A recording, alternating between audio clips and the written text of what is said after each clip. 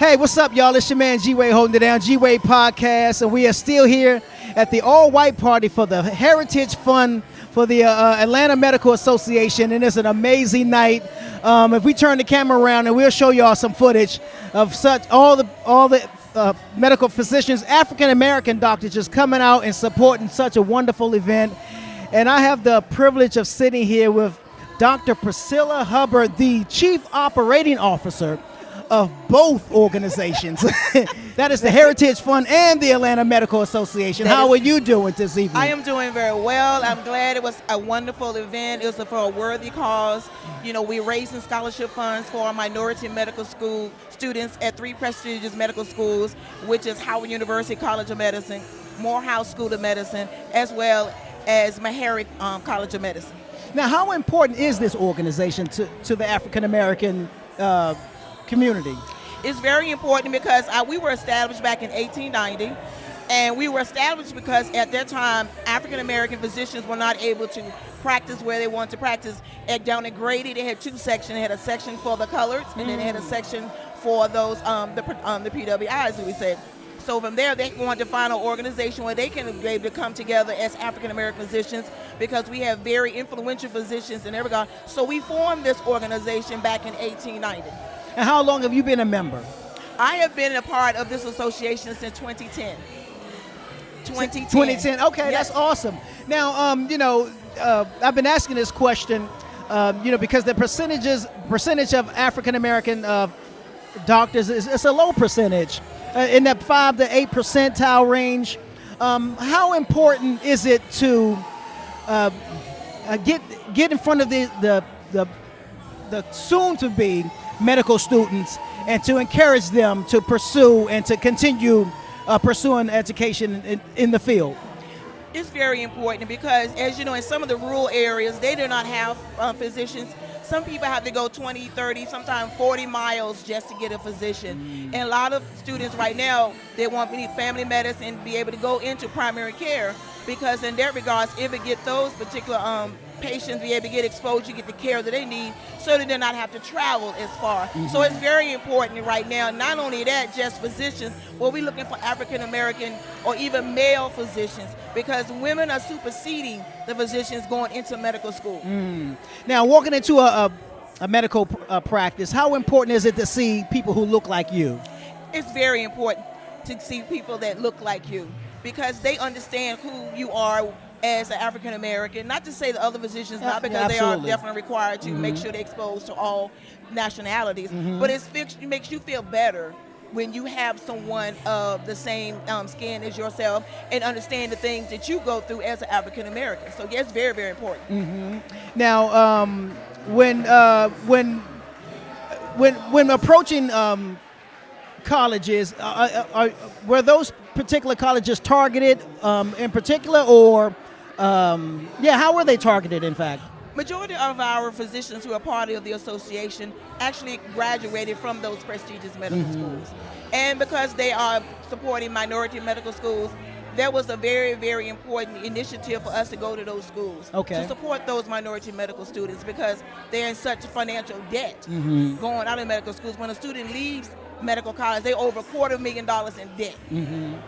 For medical school. Wow. Just medical school. We're not talking about undergrad or just medical school. Wow. So it's very, very important to support those medical schools. Wow. Now, the MCAT. Now, there seems to be some type of biases even when it comes to the MCAT with the because I think it's safe to say that having African American doctors isn't on the hit or the radar of most organizations. Right. So do you find that there are biases when it comes to them taking the MCAT? It's interesting that you said it, because I used to administer the MCAT before they became to be electronic. And so right now, I think everything is now more in a way, since now they've gotten, the affirmative action has been lifted. So now they're looking at things in a different perspective to make sure we targeted the right particular student to be able to give the best fit for the medical school. Now, how early should African Americans be approached and encouraged to pursue a field of in the health field? Because we got social media. There was a time when on the top of your list was a doctor, a pilot, but a teacher, a lawyer. But now what you hear now is influencer, social media star, something. Yeah. So how important is it to target and encourage, students to, pursue this field? The main thing is you want them to understand to have a passion. Because if you have a passion for something, you never work a day in your life. A passion to, most of all, learn how to serve. To help those in underserved communities is so important. Because when you do so, and you look at it not from a monetary standpoint of view, all those good things will come to you. And as you may have heard the saying, your gifts will make room for you. That's right. And so in that particular case, if you do that, some of them can be able to go and have very, very rewarding futures. With the sponsors that, participate in this organization, how eager are they? How excited are they to be a part of it?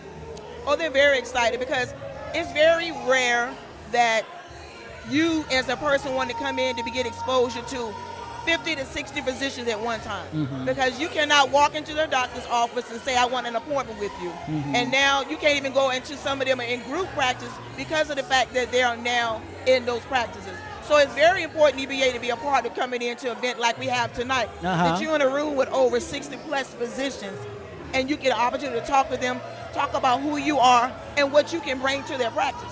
So it's very important. Okay. Now, outside of this, the medical field, well, I guess it kind of falls in line, but you also do or starting back up soon your podcast? Yes. Let's talk about that. I'm very, very excited. It's called Real Talk with Dr. P. Okay.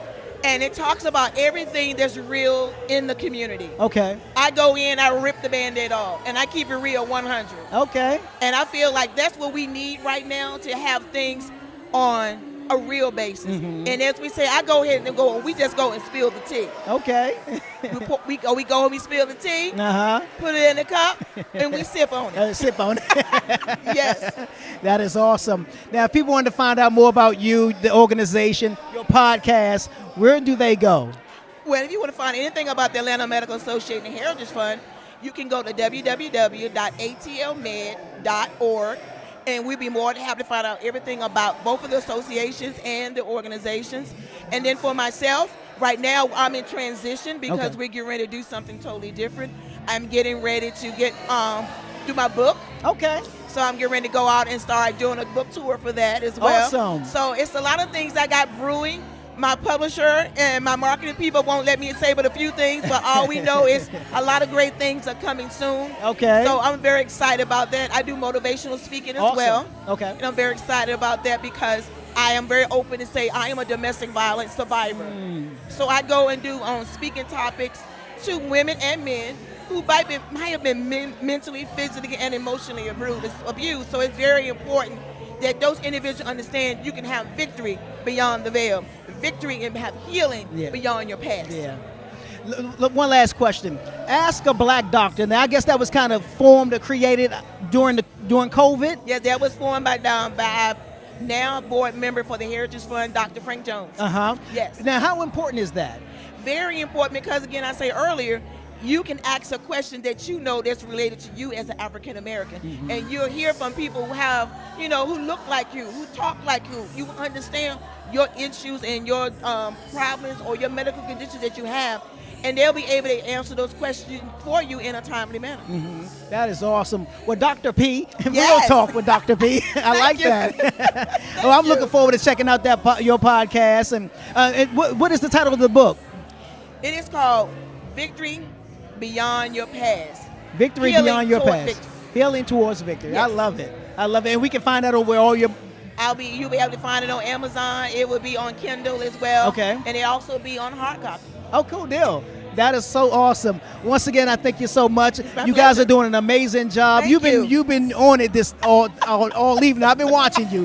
So I'm glad you broke away and was able to stop eating and come sit down with us. This is such a pleasure. It's such a pleasure, and I look forward to following you as well. Thank you so much. And look forward to staying connected for Absolutely. several other events we may have. Okay, thank you so much. Thank you. Looking forward to it. And I'll be looking forward to come back again. Hey, that's what we're going to talk about that book. Yes, for real. Thank you. I look forward to it. Awesome. It's G-Wade Podcast. Y'all know what it is. Don't go nowhere. Awesome night. Y'all stick around.